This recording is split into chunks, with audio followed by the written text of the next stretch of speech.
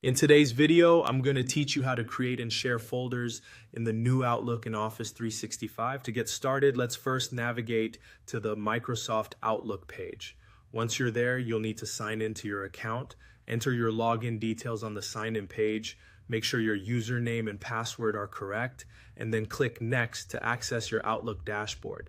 Now that we've successfully signed in, it's important to note that having a fully subscribed Office 365 account allows you to leverage Outlook's sharing and permission features to their fullest. However, even if you're not fully subscribed, like in our case today, you'll still be able to create an unlimited number of folders, which is a great way to keep your emails organized. Let's proceed by organizing your emails through folders. On the Outlook dashboard, direct your attention to the pane on the left side of the screen where your current folders are listed. Here, you'll see an option labeled Folders. Hover over it and you'll notice three vertical dots appearing next to it.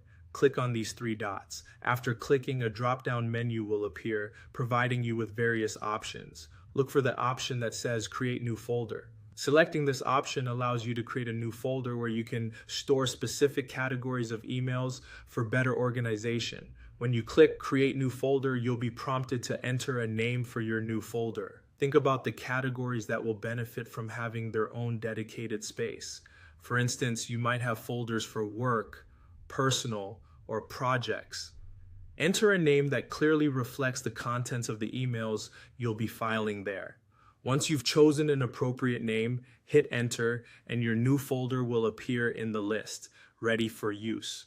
While today's tutorial doesn't cover sharing folders due to our subscription status, knowing how to create folders is a fundamental part of maintaining a well-organized inbox. This method ensures that each email finds its place under the right folder, making them easier to locate when needed.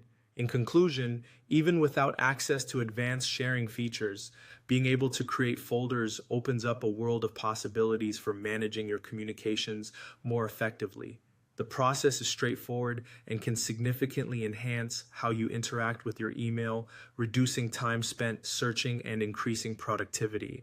Whether you're managing a packed work inbox or sorting through personal mail, these steps are a solid start towards a more streamlined Outlook experience.